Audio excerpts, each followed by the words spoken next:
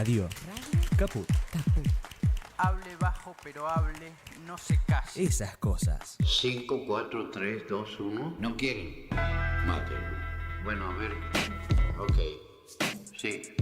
¿Es acá? Sí. Ahí sí puede ser. Radio Caput. Radio Caput. Radio Caput. Esto es Radio Caput. Buenas noches, muchas gracias. Radiocaput.com.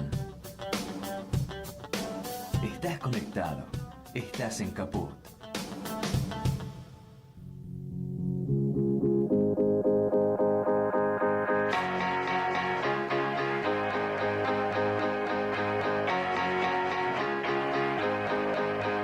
No sé qué cuento no vamos a comer hoy. Cada vez estoy más cerca del sol. Ya no sé dónde poner el amor. Si el mundo gira, ¿qué miedo voy a hacer yo? No sé qué cuento no vamos a comer hoy.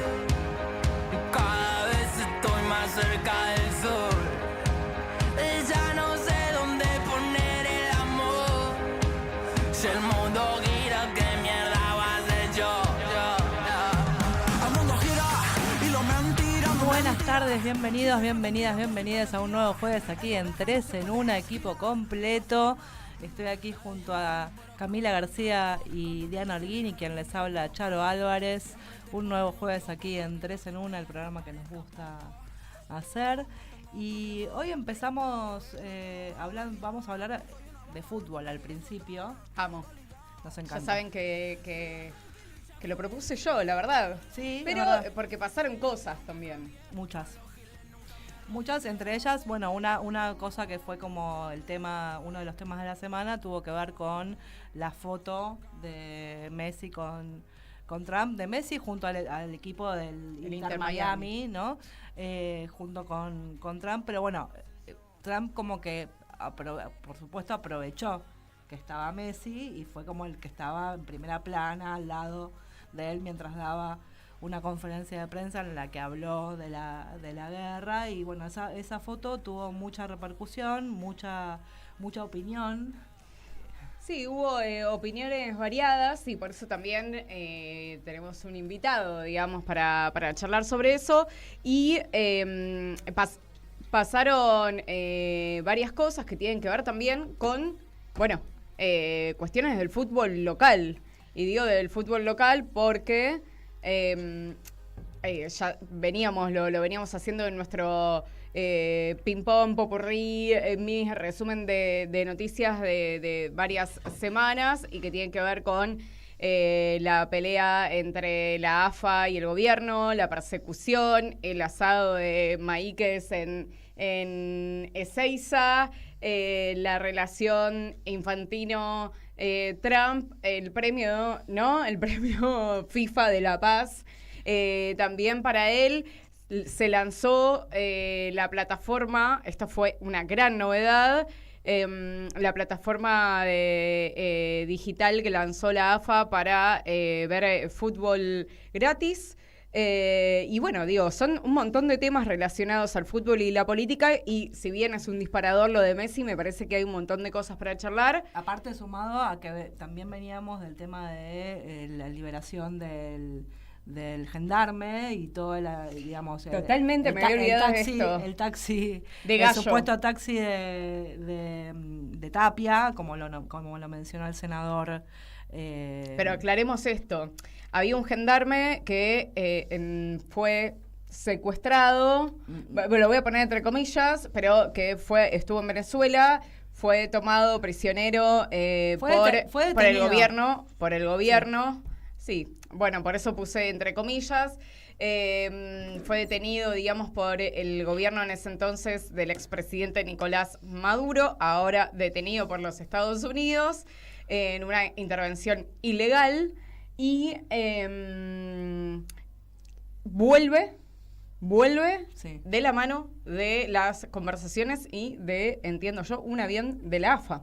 Sí, porque como había que garantizar su llegada en buenas condiciones y el gobierno argentino no reconoce la figura de la actual presidenta de Delcy Rodríguez en Venezuela, una alternativa que se les ocurrió para que eso suceda fue preguntar a la AFA, porque la AFA estaban hablando de cuestiones que tenían que ver con el fútbol y bueno, uno de los asesores de Delcy se le ocurrió esta posibilidad de contactar a Tapia y por eso fue que sucedió esta situación. Bueno, de hecho varios, y esta semana también hubo varios argentinos que por la guerra de Estados Unidos, puede ser la guerra, las bombas que tiraron Estados Unidos, principalmente en Irán, y a partir de eso la reacción, digamos, del país islámico, se cerró la parte aérea, digamos, de Dubái y muchos de ellos llamaron y pedían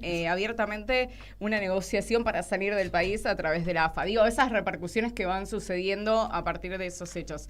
Le queremos dar la bienvenida. Estamos en comunicación acá por Zoom con Alejandro Fabri, periodista deportivo y escritor, muy conocido, con una trayectoria enorme. Buenas tardes. Alejandro, ¿cómo estás? Acá estoy con Charo Álvarez y Camila García, mis compañeras de Tres en Una. ¿Qué tal, chicas? ¿Cómo están? Buenas tardes, ¿cómo andan? Bien. Bueno, bien. Justo estábamos haciendo un poco un popurrí de un montón de noticias en relación entre la política y... De fútbol nada. Algo de fútbol hay, no digamos que no, bueno, vos sos un conocedor, digamos, y tenés un libro acerca de los mundiales, así que digo, sos un conocedor de la historia y en estas tensiones, digamos, entre la política y el fútbol, y es por eso que te agradezco un montón este espacio, porque... No, si bien un disparador es la foto, como se dijo, la foto de Messi con Trump y todo lo que lleva a eso, hay historia, ¿no?, entre el fútbol y la política. Desde el inicio, desde cuando los ingleses se dieron cuenta de lo que habían creado, el fútbol allá por 1908, que empezó a jugarse en los Juegos Olímpicos, y cuando... se dieron cuenta de que el fútbol era un deporte absolutamente democrático porque no se necesitaba tener dinero para jugar, no se necesitaba medir más de 2 metros, y era una pelota. Después los implementos fueron cambiando, la ropa fue haciéndose, los botines fueron apareciendo, las canilleras, todas esas cosas, pero un deporte que llevaba a que inclusive... cuando había mucho dinero en algún club en aquellos años, o había gente poderosa que apoyaba, no nos olvidemos que el fútbol nace en las escuelas ricas de Londres, donde los chicos que eran los herederos de sus padres que tenían las fábricas en el inicio de la Revolución Industrial, se dedicaban a divertirse solamente, no trabajaban. Inventaron el fútbol de alguna manera, lo fueron puliendo de las cosas más violentas que se fueron separando en los caminos, el fútbol y el rugby. Quedaron bien distribuidos, bien separados a fines del siglo XIX, y bueno, y empezó esa historia, hasta que se dieron cuenta que ellos no eran tan buenos jugadores. Entonces, cuando empezó la Revolución Industrial y los ingleses tuvieron esa inteligencia en el medio del Imperio Británico de encontrar un día o un par de días después para que la gente que trabajaba 14 horas por día o 16 horas pudiera tener momentos de entretenimiento, empezaron las carreras de caballos, el boxeo, pero también algo para que hicieran los propios trabajadores. Y ese fue el fútbol. También el rugby y en algún sentido en Inglaterra el cricket, que no tuvo difusión en muchos lugares del mundo, sí en donde fueron colonias británicas, ¿no?, como Australia, la India, Canadá, y algunos países de Sudáfrica y algunos países de África. Y Mauricio Macri. Bueno, y Mauricio Macri, por supuesto, que debe haber inventado el bridge también. El asunto es que en algún momento esos jóvenes, si ustedes vieron en la pandemia, que fue el momento ideal para verla, una película inglesa llamada El Juego de Caballeros. Sí, la vi. Te iba a decir que la había visto, sí. Bueno, son 6 capítulos donde queda claro el inicio del fútbol y cómo los chicos millonarios, bien alimentados, se encuentran con un muchacho de Escocia, que era obrero de una fábrica donde hacían algodón, pero que jugaba mejor a la pelota que ellos. y que tenía una virtud, que era que podría driblear. Era uno de los primeros gambeteadores, una especie de bisabuelo de Houseman o de Loco Corbata de la década del 50. Entonces le pidieron por favor a sus padres, dueños de la fábrica, que lo dejaran fuera del trabajo de hacer el algodón y que lo único que hiciera fuera jugar a la pelota, que le pagaran el sueldo. Y ahí empezó, y está explicado en la película, el primer profesional, que fue, yo no recuerdo el nombre, ese escocés que se plegó a uno de los equipos de los colegios de los ricachones ingleses. Bueno, nosotros heredamos esa cultura escocesa a partir de la llegada de Watson Hutton en 1883, con las 3 pelotas desinfladas, que no se las dejaban bajar del barco, porque nadie sabía qué era. No hablaban de una bomba, ni decían que era islámico, ni nada todavía, pero hasta que pudieron hacerse entender, Watson Hutton bajó las pelotas y allí empezó el fútbol, que se diseminó como una epidemia, y así estamos como estamos con el fútbol. Bueno, pero volviendo al tema principal, pensemos que se van a cumplir dentro de 4 años un siglo del primer campeonato mundial que se jugó en Uruguay, ¿no? En 1930. Pensemos que para 1928, cuando se hacen los Juegos Olímpicos, que Uruguay en fútbol le gana a la Argentina 2-1, ¿Esa es otra estrella que se anota los uruguayos en la remera? Sí, son 2 las estrellas porque ganaron en el 24 y en el 28. Pero bueno, ellos tienen un pedacito de razón cuando dicen, bueno, pero el fútbol de los Juegos Olímpicos era la única competencia que había, no había campeonatos mundiales, y nosotros ganamos eso, entonces nos consideramos campeones mundiales. Bueno, está bien, no pasa nada. Boca se pone en la camiseta la estrella de 1925, cuando en realidad le dieron un premio de campeón moral cuando se fue de gira con un rejuntado de jugadores de distintos equipos a Europa, y fue el primer equipo argentino que jugó en Europa. Ahí se hizo tremendamente popular porque le fue bastante bien en fútbol, no en el dinero, porque perdieron muchísima plata. Pero digo, volviendo a eso, en 1928, Jules Rimet, el francés que era el presidente de la FIFA, de buena intención, dijo, bueno, vamos a hacer la Copa del Mundo, pero el primer mundial lo tiene que organizar Uruguay, que es el bicampeón de los Juegos Olímpicos. Bueno, todos lo votaron, pero inmediatamente empezó el run de los europeos, que se creían superiores, como siempre, como esos indios del sur de Sudamérica iban a organizar el primer campeonato mundial. Y ahí empezó la campaña de boicot de los ingleses, primero que nada, después de Mussolini, el dictador fascista de Italia, que hizo toda una campaña publicitaria en Europa que convenció a los suecos, a los alemanes y a los españoles de no venir, porque en el Río de la Plata, como era en invierno el campeonato mundial, iban a existir los icebergs, los témpanos que destruyeron al Titanic 14 años antes. Se lo creyeron estos estúpidos y no vinieron. Y Jules Rimet lo único que pudo hacer fue traer a Francia y a Bélgica, que eran 2 países de su influencia, y se adhirieron Rumania y Yugoslavia. Fueron los únicos 4 países de Europa que vinieron a jugar ese mundial, los uruguayos enfurecidos con esta campaña de Mussolini. Para calmarlo a Mussolini, Jules Rimet le aseguró que Italia iba a organizar la segunda Copa del Mundo en 1934. Así fue, y Uruguay no fue a jugar el Mundial, siendo campeón del mundo, en represalia por el boicot al primer campeonato mundial. Bueno, ahora, si uno se pone a pensar, Alejandro, ahora si sucedería eso, nadie diría no voy al Mundial. Bueno, todavía no se sabe si Irán va a jugar el Mundial. Fíjense, ahora ayer el secretario de Deportes había planteado que no. Yo había escuchado que había dicho que no. Sí, pero después de eso salió alguien más de Irán a decir que no estaba totalmente certificado que no fueran, pero ahora Trump, en una de sus afortunadas declaraciones de siempre, dijo que sería muy bueno que Irán no viniese. Entonces, a ver, yo no lo veo a Irán yendo al territorio norteamericano a jugar. Más allá de que vos tenés ahora partidos en México y en Canadá, suena medio absurdo, pero les doy un ejemplo que muestra cómo cambió la FIFA también, ¿no? Ahora que el fútbol es una marca mundial, está repleto de multinacionales, de millonarios que son dueños de los equipos, que lo ponen cada vez más caro. La gente común en Europa ya no puede casi ir a la cancha porque los precios son astronómicos. Cuando a uno le dicen, bueno, ¿y cómo hicieron los ingleses para sacar a los violentos si ahora no pasa nada? No pasa nada en la cancha porque va la clase media y la clase media alta. Porque en los pubs, los hinchas que no pueden ir se muelen a trompadas en todos los partidos si pasa algo complicado. Han sacado a la clase trabajadora de Inglaterra de los estadios a puro dinero, a puro capitalismo salvaje. Pero bueno, les doy un ejemplo de lo que es la FIFA hoy y lo que era la FIFA antes.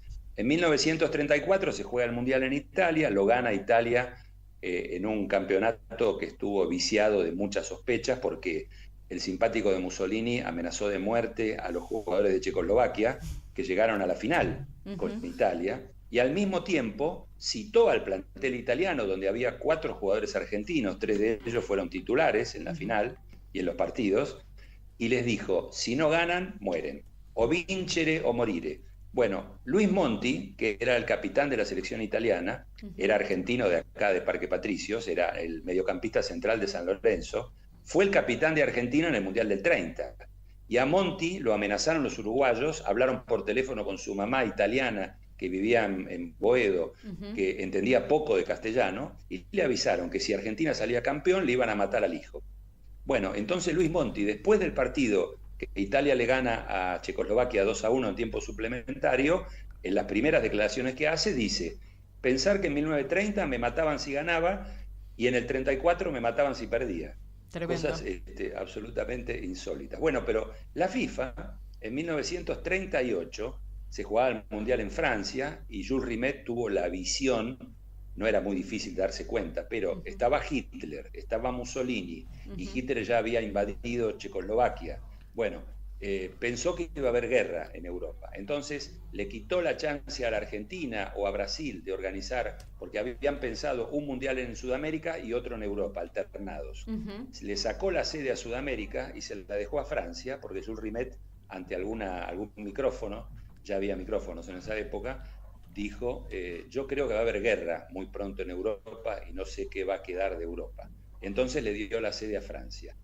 Pero en el mismo año del Mundial, unos meses antes, se habían jugado las eliminatorias y la selección de Austria era la selección más importante de Europa, el famoso Wunder-Team, que tenía una base de jugadores del Rapid de Viena. Bueno, resulta que Austria fue invadida por Alemania antes de que se juegue el Mundial.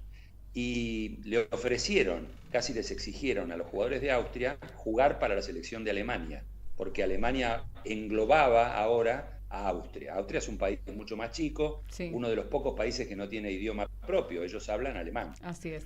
Bueno, el asunto es que la FIFA rápidamente le mandó un telegrama a la Federación Austríaca de Fútbol diciéndoles, ustedes no pueden jugar el Mundial porque ya no son un país, forman parte de Alemania.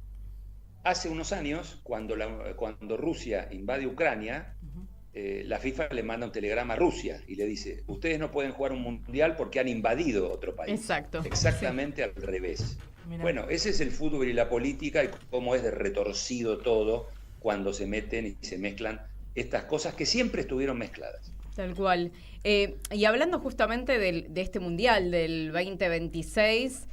bueno, como digo, yo te escuché en algunas notas esta semana a raíz de la foto justamente del Inter Miami con Donald Trump. Preguntarte, yo te escuché, pero nos gustaría que la audiencia te escuche un poco tu punto de vista. Tuve muchas discusiones con mis compañeros, sobre todo varones, en relación a esto, porque obviamente saben más. Lo digo con una cuestión de género porque existe bastante, pero en el fútbol muchísimo más. Y la verdad es que me gustaría que puedas compartir tu análisis. Mira, lo primero que dije fue que yo no tengo por qué pedirle a Messi que se convierta en Diego Maradona, o en Sócrates, o en Cantona, o en algún otro jugador contestatario, un tipo humilde, pero al mismo tiempo con una visión de las cosas muy diferente. Messi vive en Miami, eligió vivir en Miami. Yo creo que es la última ciudad del mundo en la que yo viviría, Miami. Hay otros lugares mucho más lindos y menos fastidiosos que en Estados Unidos que Miami. Él posiblemente se quede a vivir ahí, no lo sabemos. Es un empresario exitoso, multimillonario, y va a ver al presidente de ese país en el momento en que él vive y salió campeón, porque hay una pauta desde hace 3 meses de que es tradicional, aunque a Trump no le importe lo más mínimo el fútbol, por supuesto, que el presidente de los Estados Unidos recibe al campeón de la Liga Norteamericana, que hoy es bastante importante, más allá que todos nosotros decimos que es una liga intercountry, pero no importa. A Messi no le puedo pedir lo mismo de Diego, porque es otra cosa, y sobre todo porque yo me he discutido también con amigos míos, y periodistas también, que confunden el tema de que si Maradona hizo tal cosa, Messi, como es el mejor del mundo y vendría a ser el continuador del talento mayúsculo de Diego, tendría que... No, Messi es otra cosa. Messi se reunió con las abuelas de Plaza de Mayo, estuvo con Estela de Carlotto, salió en la tapa de La Garganta Poderosa y le hicieron una nota, posó con camisetas de gente desaparecida de algunos equipos, digamos. Esto estaba pautado desde antes, e independientemente de que Trump no nos cae bien a ninguno, era una cuestión protocolar y hasta ahí llegó. No es que Messi agarró el micrófono y dijo vamos a la guerra, vamos a terminar con los turbantes de los ayatolás y todo eso. Ahora, una pregunta. Ponerlo en un lugar... Sí, yo entiendo el punto al que te referís y estoy de acuerdo, o sea, el fútbol igual representa ciertas pasiones y bueno, es inevitable también referirlo, porque el fútbol también es política, entonces si despolitizamos el fútbol, pero también, bueno, la trayectoria de los jugadores no hacen que sean personajes politizados en general, pero sí recuerdo que cuando fue el Mundial no quisieron ir a la Casa Rosada. ¿Esa fue una iniciativa de la AFA o fue una iniciativa de los mismos jugadores? Porque digo... Fue una iniciativa de los mismos jugadores, no puntualmente bueno, entonces, de Messi. Claro, entonces ahí hay una cuestión política. Ahora, con Trump no hay una cuestión política. No sé, lo digo, quizás es distinto, ¿no? Bueno, está bien, está cumpliendo su trabajo, tiene que ir a esta cuestión protocolar, qué sé yo, y lo de la AFA lo dejaron elegir. No sé, yo sé que son odiosas las comparaciones, ¿no? Pero bueno. No son odiosas, son comparaciones, es un dicho nada más. Sí. Pero, a ver, en este momento Messi es el capitán del campeón de la Liga de Estados Unidos. Si él hubiera ido como representante de la selección argentina, a lo mejor no creo que lo hubiese hecho, pero a lo mejor hubiera tenido otra posición en ir a ver a Trump. Hubo grandes actores que Trump los quiso ver y le dijeron que no. Harrison Ford hace poco y Ben Stiller hace poco. Robert De Niro aparece en todas las redes sociales con carteles contra Trump permanentemente. Es distinto.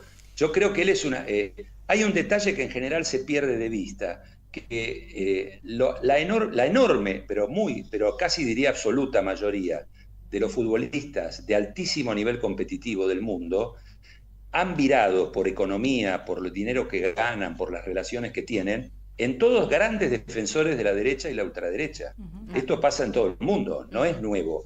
Por eso decimos, fíjense lo difícil que cuesta encontrar figuras de otros momentos que tengan una expresión diferente, porque siguen viviendo en esos países ultradesarrollados y supercapitalistas. Cantona, Sócrates con la democracia corintiana en la dictadura brasileña, Maradona al margen, Valdano de la manera que habla siempre en España, no sé, podemos nombrar seguramente a 10, 15, pero acá en la Argentina el gran impulsor del mileísmo ha sido el Kun Agüero, que es un exjugador multimillonario que salió del mismo barrio que Diego Maradona y que está convencido de que esa es la verdad. Y yo así estamos, ¿qué vamos a hacer? Lo que pensaba, Alejandro, para ver, a mí me parecía que era una foto protocolar, deportiva y empresarial, ¿no? Y quiero decir así porque no la veía, algunos decían... Bueno, los jugadores son todos medios boludos, son medios ignorantes, lo voy a poner así como comillas, ¿no? Como son medios boludos, son medios ignorantes, no saben, en general no saben nada, no sé qué, nada. Después es, bueno, ¿qué le vamos a pedir si son solo jugadores de fútbol, ¿no? Y todo como, de alguna manera, también una desresponsabilización. ¿Y qué quiero decir con esto? Yo lo pensaba no desde el lugar de, bueno, fuiste a un lugar protocolarmente, la institución tiene que cumplir, es decir, uno tiene un contrato, quizás tiene empresas, digo, hay un montón de cuestiones ahí propias del Inter Miami, e inclusive podría ir porque muchos de sus negocios se relacionan con el Partido Republicano. ¿No? Sí. Que tiene que ver con eso, porque me parece que justamente el Messi, que en general, digo, más allá de lo que vos contaste con respecto a Estela de Carlotto, a la Garganta Poderosa también, digo, para sumar, digamos, desde ese lugar, siempre cuidó muchísimo su imagen. Digo, hay alguien que no es cualquier jugador en el mundo, ni es cualquier, entre comillas, tonto ni ignorante. Es, yo le digo así, la Lionel Andrés Messi Corporation. Digo, hay una empresa tremenda con asesores de imagen, con convenios con empresas. Digo, en general, además, por ejemplo, uno puede ver a Messi que ni siquiera toca a las mujeres con las que tiene que compartir un evento. Digo, hay un montón de cosas atrás de lo que Por Messi supuesto. hace, dice, desdice, ¿no? O no dice.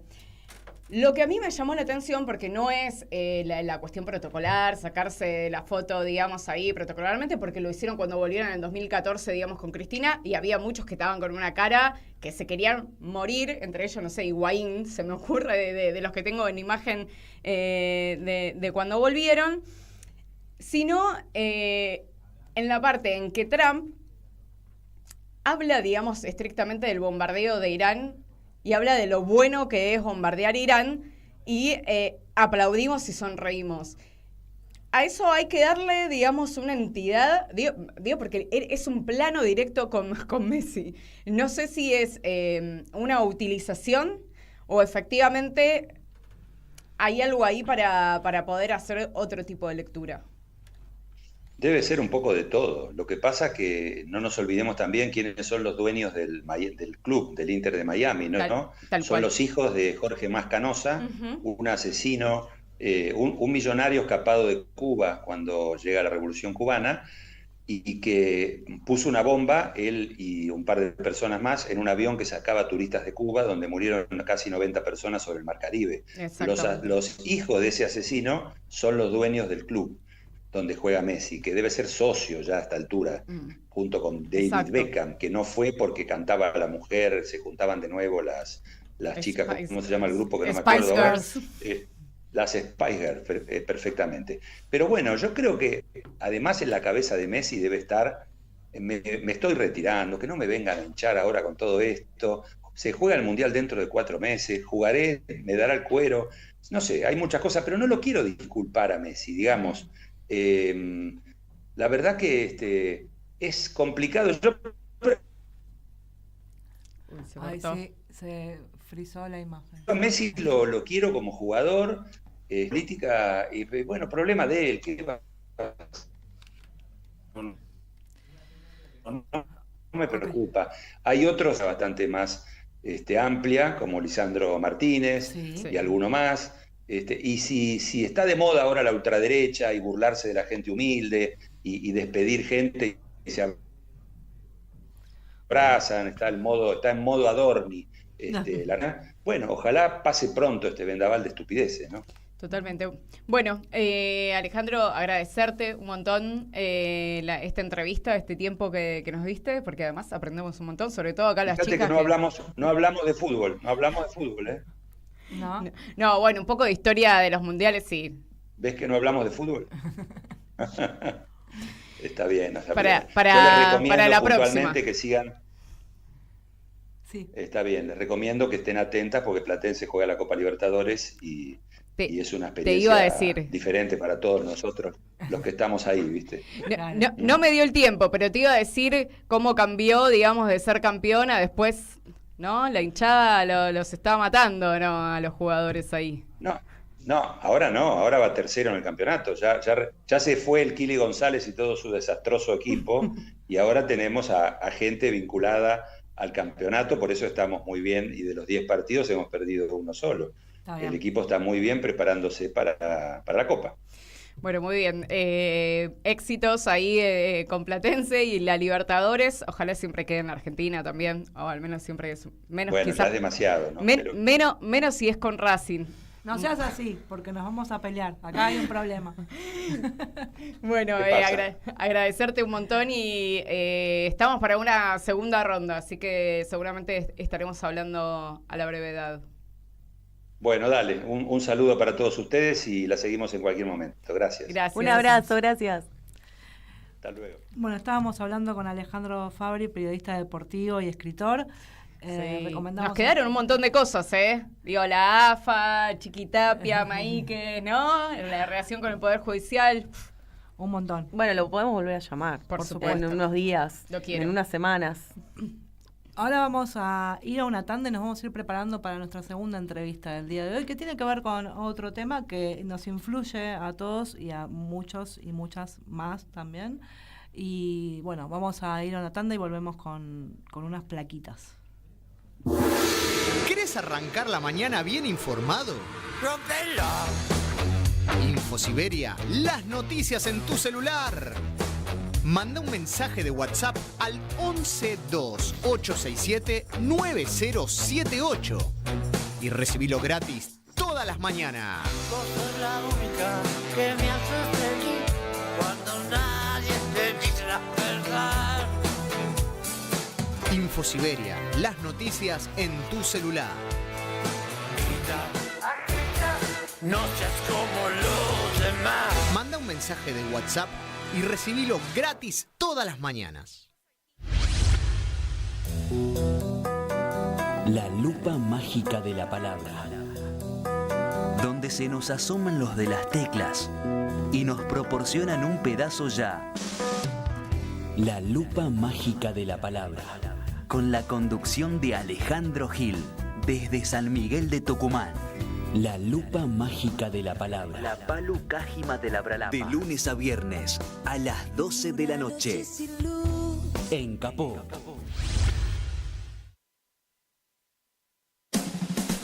Dos miradas que se cruzan para hablar de nuestra realidad. Desde la radio y con la enorme posibilidad de comunicarnos con todos ustedes, queremos charlar con la gente, con los protagonistas, con los actores. Diseño Universal. Fabián y Fernando Galarraga. A pesar de los intentos de invisibilizarla para señalar que estamos viviendo una situación verdaderamente trágica. Una propuesta colectiva para dejar nuestras individualidades prejuiciosas atrás. Se aprobó con unanimidad una ley que empieza a mejorar un poquito la situación de las familias y de las personas con discapacidad. Diseño Universal. Viernes a las 14 por Radio Caput. ¡Ah, sí! Si quieres ver un paraíso, solo mira a tu alrededor y velo.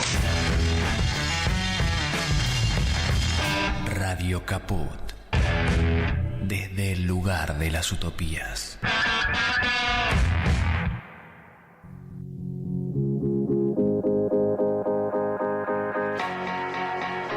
Volvemos luego de la tanda y previo a contactarnos con nuestra entrevistada del día de hoy, queríamos hablar un poco sobre la situación del endeudamiento en los hogares de nuestro país, de nuestro hermoso y bendito país.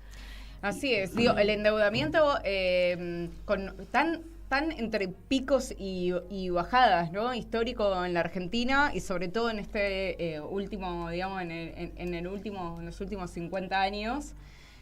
Con crisis muy pronunciadas, digo, desde la hiperinflación al 2001, a la enorme inflación, no sé si hiper, pero digo, la enorme inflación en la última parte del gobierno de Alberto Fernández y la enorme devaluación a posteriori que causó estragos, ¿no? En este 24-25, con un sobreendeudamiento social, con una, vamos a decir, con un estancamiento o una enorme pérdida, digamos, del poder adquisitivo, precarización de empleo, pluriempleo precarizado, y que sobre todo, digo para decir este marco, sobre todo le está sucediendo a todas las familias argentinas, pero sobre todo a las mujeres. Y digo esto porque sobre todo a las mujeres de hogares monoparentales, que tienen que bancar a esa familia con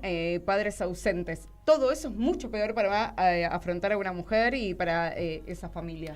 Sí, de hecho fuimos como un poco a los números que estuvimos viendo y demás, que nos parecía como súper interesante algunos datos que son bastante alarmantes. No es solamente, o sea, siempre la pobreza tiene cara de mujer, como decimos siempre, ¿no? O sea, esto es algo que no se revierte, digo, las mujeres cobramos menos, tenemos más responsabilidades y asumimos mayor cantidad de tareas a las que se suman las tareas de cuidado. Entonces, ahora esta tendencia fue en crecimiento a partir de la disminución del poder adquisitivo del salario, que eso es un hecho absoluto, de que la guita no nos alcanza y tenemos que tener más de un laburo, pero además se posibilitó con esta cuestión de la fiesta financiera de Caputo la posibilidad del endeudamiento de estas clases populares con pluriempleo, en donde el que hacía la changa, el que vende en la calle, el que va y limpia una casa, o la que va y limpia una casa, o la que es enfermera o hace una tarea de cuidados hacia personas adultos mayores y demás, cobra a través de billeteras virtuales, ¿no? Entonces, esas billeteras virtuales te posibilitan un adelanto de ingresos, de sueldo y demás. ¿Y qué pasó? Bueno, resulta que estas fintech, como se le llaman, o sea, billeteras virtuales, que son 1 millón, que andan de todos lados, no están reguladas por el Estado. Con lo cual, el dinero que entra, cuando estas empresas consideran a intereses usurarios que hacen estos préstamos y consideran que tienen que devolvérselo y no se los están devolviendo, entonces ahí tenemos un problema en el cual les retienen el dinero, y muchas veces esas personas que quizás hacían una changa o cobraron a través de una billetera virtual, porque hoy toda la economía casi es virtual, la pierden esa plata. No, sí, y ahora esta semana salió la noticia de que te pueden retener parte de tu salario directamente. Sí, hay una... En realidad, lo que más... Eso es por un lado, porque antes no te podían retener más del 30%, pero igualmente eso aplica al salario en blanco, y la mayoría de la gente no tiene salario en blanco y cobra a través de estas billeteras virtuales las changas que hacen. Y como eso no está regulado, es una ley de la selva, o sea, cada billetera virtual tiene su propia política de cómo quieren que le devuelvan el dinero. Entonces, ¿qué pasó? El año pasado hubo una bonanza, un veranito económico, porque obviamente las familias recién estaban empezando a percibir esta situación de que que el costo del salario no les alcanzaba para poder vivir. Empezaron a adquirir estos créditos y empezaron a pagarlo como podían. En esta fiesta financiera hubo como más guita girando. Sí, en realidad en el lo que consumo. fue Y ahora esto empezó a decaer porque esa gente se le hizo una bola de intereses usurarios y entonces, como no pueden pagar, ya ahora empieza la decadencia, en donde ahí vemos, esto era como para introducir los números que nosotros tenemos. Una cosa más que quiero sumar con respecto al Banco Central es que habilitó un sistema para que los bancos y las billeteras virtuales debiten automáticamente las cuotas de los préstamos de las cuentas de los usuarios. Esto se va a empezar a aplicar a partir del 31 de agosto, pero ya se están preparando como para justamente poder sacar el dinero de las billeteras virtuales, porque lo que sucede es que ya, como estábamos hablando de los números, casi un 60 o un 40% del salario se va en pagar las deudas, porque llegó un momento en donde la gente ya no puede ni pagar el mínimo, y por lo cual está sobreendeudada. O sea, ya no estamos hablando de endeudamiento, estamos hablando de sobreendeudamiento, que los intereses son totalmente usurarios, cada vez son mayores, porque justamente la gente no llega a pagar, y eso, bueno, es una bola que... Sí, compleja. es algo que también empezó a aplicar el gran brujo horrible y nefasto de Sturzenegger, y digo esto porque dentro de su ministerio de desregularización, justamente lo que hizo fue desregular algo que estaba regulado, que tenía que ver con la cantidad de dinero que te podían absorber, limitar, digamos, los porcentajes de intereses. Eso fue una de las primeras medidas que se tomaron, que fue dejar de decir, che, no podés tener una tasa del 180% como tienen los bancos casi por deuda. Pero al ser desregulado, los bancos ponen sus tasas a intereses tremendos y ahora tenés la posibilidad, digo, en esta fintech, para decir la de Galperín, que vos entrás a ML o a MP y tenés preaprobados préstamos, tenés posibilidad de financiar con un coso, o sea, al toque, cuando vos vas a comprar algo, cuando vos entrás al coso, ya te están proponiendo endeudarte. Me parece que eso también es una estrategia comercial. Lo que sí le está pasando, como decías vos, Cami, es que ahora le está significando gran parte de eso, le está significando una deuda porque la gente no lo puede pagar. Exacto, porque al principio significó una inyección de consumo, porque naturalmente las personas se endeudaban para poder comprar comida o algunas otras cosas más, el que podía financiar. Ahora estos préstamos son exclusivamente para comprar comida y eso es lo alarmante, digo. No es que se compran un televisor, no es que se compran unas zapatillas, no es que se compran, o sea, para los pibes, no, es eso. Armamos unas plaquitas que las vamos a rever rápido porque si no vamos a tener tiempo para hablar con la entrevistada que tenemos, que es una persona que está siendo víctima de este sistema, que eso es lo que nosotros queríamos retratar. En la primera diapositiva, porque acá lo que hicimos es agarrar el nivel de endeudamiento que tienen estas familias, ¿no? Ahí lo vemos. En relación a cuánto cobran de AUH y cuánto cobran de tarjeta alimentar. Y ahí, según un informe de varios institutos de estadísticas, el 91% de los hogares están endeudados. O sea, casi 9 de cada 10 hogares argentinos tienen algún tipo de deuda. 9 de cada 10, exactamente 9 de cada 10 están endeudados. La mayoría, o sea, casi el 60% para comprar alimentos. Exacto. Ya no es porque me compré un auto, o sea, es una deuda que tiene que ver con capitalizarse, ¿no? Bueno, tengo para una vivir. deuda para, porque me compré una casa, tengo una deuda para comprarme una moto, tengo una deuda, digo que es una suerte de empréstito, pero que te sirve para capitalizarse. Hay gente que está pagando el alquiler con tarjeta. También. O sea, llegamos a ese punto, no solo el alimento, sino también la vivienda. Y 58% no sabe si puede pagar, ¿no? O sea, la irregularidad subió del 2,6% durante la gestión anterior gubernamental a 9,3%. O sea, la irregularidad de pago, que es un índice que sacan los bancos. La segunda diapositiva es cuánto le queda para vivir a estas familias, o sea, o cuánto implica, cuánto nivel de gasto implica o qué se ve en el bolsillo de la mujer que trabaja o cobra AUH. Ayer, Martín, si podemos poner la placa segunda. Sí. Por ejemplo, en la primer barra, una mujer con un hijo que trabaja en el servicio doméstico cobra el AUH y tarjeta alimentar. El ingreso total son 458.000 pesos. De ese total, 56%, o sea, es decir, 256.000 pesos se van deudas. Sí, hay que decir acá, y por eso es aproximado, ¿no? Sí, o sea, hay que decir acá que el gran porcentaje de las mujeres que tienen empleo y que tenían empleo en blanco, ahora después podemos decir, porque en estos 2 años cambió, su 80% era trabajo doméstico. Digo, empleo en blanco. O sea que significa que la mayoría de las mujeres, también con monomarentales, sufren esto. Sí. Bueno, y después tenemos mujer con 2 hijos, cuánto es el ingreso total, sube un poco, pero la canasta y el déficit se agranda, o sea, si bien tenés más ingreso por la AUH y demás, la canasta sale. Y la última barra de azul es un valor asalariado registrado, ¿ves? Ahí te ves la diferencia de la brecha, claro. Porque ahí el contraste es inmediato, porque el punto de partida de las mujeres es estructuralmente más bajo, ¿entendés? O sea, el varón asalariado sin hijos tiene el ingreso así disponible, en fin. Sí, hay que decir que esto significa que 1 millón, un poco más de 1,5 millones de mujeres son hogares monoparentales. Sostengo esto porque son las que peor la pasan. Sostienen más, casi 3,5 millones de pibes.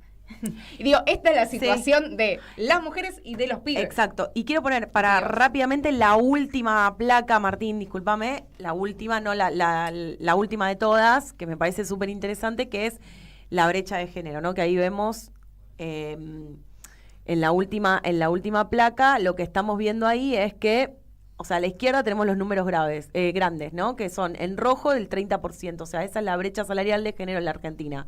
O sea, las mujeres ganan en promedio 30% menos que los varones. Y el ingreso promedio de un varón es de 1.033.000 pesos. Y de las mujeres, 728.000. O sea, casi 300.000 pesos de diferencia todos los meses por ser mujer. O sea, esto con los datos que tenemos hoy del CIPA y todo lo que anda dando vueltas, ¿no? El segundo número verde, o sea, 92,5%, esa es la proporción de mujeres entre los titulares de AUH. O sea, que casi 9 de cada 10 personas cobran la asignación universal por hijo son mujeres, que eso ya lo... Sí. Y el Estado obviamente sabe que sobre quién recae la responsabilidad del cuidado, ¿no? Y al lado tenemos, que me parece súper interesante, son los montos de cuánto está. La AUH por hijo está 106.000 pesos y la tarjeta alimentar por hijo está 52.000 pesos. Sí, pero hay que decir algo que para retomar el discurso del presidente hace, 10 días, que dijo que su prioridad eran los niños y niñas, y en esto porque habló de los números de la AUH, justamente porque es la única política en relación a las infancias que sostuvo este gobierno nacional, que aumentó, y eso es cierto, pero que no aumentó la tarjeta alimentar, aumentó solo la AUH. Y esto es importante porque es una doble cuestión. Ahí lo vimos, son 50.000 pesos la tarjeta alimentar. O sea, la desreguló porque no está atada ni a la inflación ni al salario mínimo vital y móvil, y quedó estancada en 50.000 pesos. Esto me parece importante. Sí. Estamos en comunicación con Natalia. Natalia vive en Escobar. Es parte de uno de los comedores comunitarios de la enorme tarea que hace el intendente de Escobar allá para sostener estos espacios en los que se ayuda a las personas que están en situación de vulnerabilidad. Hola Natalia, ¿cómo estás? Acá estábamos hablando de las problemáticas de endeudamiento que tienen hoy las mujeres para poder sobrevivir en este mundo de este gobierno. Y en esta Argentina. ¿Cómo estás, Natalia? Muy buenas tardes. Te saludamos, Charo Álvarez. Buenas tardes, todo bien. Bueno, quería preguntarte, ¿vos a qué te dedicás? Ama de casa. Sos ama de casa. ¿Y actualmente estás cobrando la AUH y la tarjeta alimentar? Sí. Sí. ¿Cuántos hijos tenés? 5. 5 hijos, ok. ¿Y esta situación te alcanza? ¿Te tuviste que endeudar en el último tiempo? ¿Cómo es que podés vivir así? Pidiendo mercadería, pidiendo cosas a desarrollo social porque la plata no alcanza. Mi marido por ahí trabaja, por ahí no. Ok. ¿Y este último tiempo te endeudaste? ¿Te tuviste que endeudar con alguna billetera virtual, de las conocidas y demás? Sí, tuve que pedir prestado a amigos. Uh-huh. ¿Y te endeudaste para qué? ¿Para comprar qué? ¿Comida? ¿Otras cosas? Y parte comida. Claro. ¿Y antes te pasaba esta situación? No, me acuerdo que años atrás podías hasta comprarle los útiles a los chicos que te sobraba plata. Este año no me alcanzó para nada, ni siquiera para alcanzar a comprarle la mochila a los chicos. Uh-huh. ¿Y vos, la situación habitacional, cómo es? ¿Tienen que pagar por el lugar donde están viviendo? Por suerte es de mi marido la casa, pero ahora hay que pagar los impuestos. Claro. Y en tus amigos, conocidos del barrio, por donde vos te movés, hay mucha gente que se ha endeudado con billeteras virtuales, con financistas, con gente del barrio, que buscando otras alternativas. Sí. ¿Y cuál es la situación que tienen? Porque lo que estábamos hablando, que uno se endeuda para comprar comida, pero después le cuesta poder pagar esas deudas porque tienen muchos intereses. Sí, sí, por ejemplo, yo tengo a mi hermano que es discapacitado, también le pasa lo mismo. Claro. ¿Y tuvieron Que dificultades? también tiene 5 chicos. ¿Tuvieron dificultades con la cuestión del CUD, de su discapacidad, debido a las políticas del gobierno? Sí, tuvo muchos problemas. Él necesita... ¡Ay, Milanita, no comer! Mi amor. Sí, el chiquito. Tiene problemas con, por ejemplo, con sus pastillas, que le están dando más vueltas para dársela, todo es un desastre todo esto. ¿Y tu percepción en general con tus compañeras del comedor, con las compañeras, digamos, con las que pateás, digamos, el barrio, es que la gente está peor, se está dando cuenta? ¿Hay alguna sensación respecto a cómo están, cómo estaban y cómo quieren estar? Digo, quizás muchas de esas compañeras o de esas vecinas votaron este gobierno. Sí, la verdad que es un desastre. La verdad que cada vez están más caras las cosas, la comida. Más cuando tenés chicos, es un desastre. ¿Cuánto es el ingreso? ¿Se puede saber el ingreso que tienen en tu hogar, más o menos mensualmente? Sí, con lo que yo cobro de la asignación y por ahí mi marido que cobra changuitas, no llega ni a 50.000 pesos casi. Perdón. 500.000 pesos. Claro, está bien, perfecto. Entonces... y buscás, digamos, tienen comedores cerca donde van a asistirse, ¿ha aumentado la cantidad de gente que asiste al comedor en este último tiempo? ¿Lo notaste también eso? Sí, por ejemplo, acá tenemos dos, tenemos uno de un vecino y el de Norma. Y se están sosteniendo porque muchos de esos comedores comunitarios, bueno, eran apoyados por el Ministerio Nacional de Desarrollo Social. Seguramente quizás hay más un apoyo ahora más municipal. Sí, pero hay a veces que no pueden hacer porque no les trae la mercadería, por ejemplo. Claro. Está difícil. Bueno, Natalia, te agradecemos muchísimo por la comunicación. Estamos haciendo este informe y necesitamos también contar la experiencia de mujeres que todos los días se están resistiendo frente al embate económico que propone este proyecto nacional. Sí. Así que te agradecemos muchísimo por la comunicación. Que coman rico, milanesas. Gracias. Un abrazo enorme. Sí, gracias. Un beso. Gracias. Bueno, ahí escuchábamos a Natalia, una vecina de Barrio Escobar. 500.000 pesos, viejo. Que, bueno, justamente con la asignación, lo que decías vos, Diana, de que, bueno, la asignación es lo único que ellos no dejaron de aumentar acorde a la inflación, pero... No así la tarjeta alimentaria. No así la tarjeta alimentar, y no así el salario mínimo vital y móvil, no así el salario normal, no así nada, digo. La mentira de Milei de la prioridad del gobierno sobre las infancias es algo que, bueno, particularmente a mí me enerva.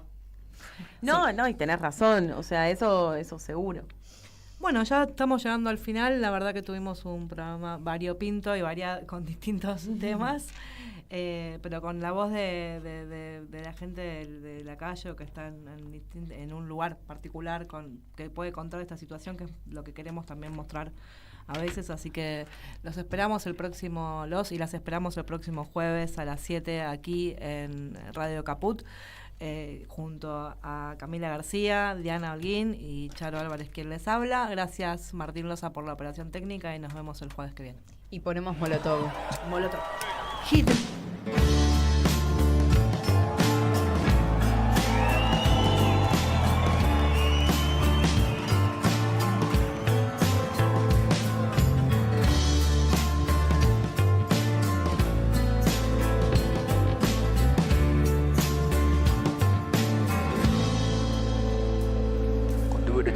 Quería ser como Superman, pero ahora ya quiero ser diputado del PAN o del PRI o del PRD, o cualquier cosa que tenga un poco de poder. Quiero convertirme en el músico político y construir un piso al periférico. Quiero acabar con el tráfico, tendré que entrar a la historia.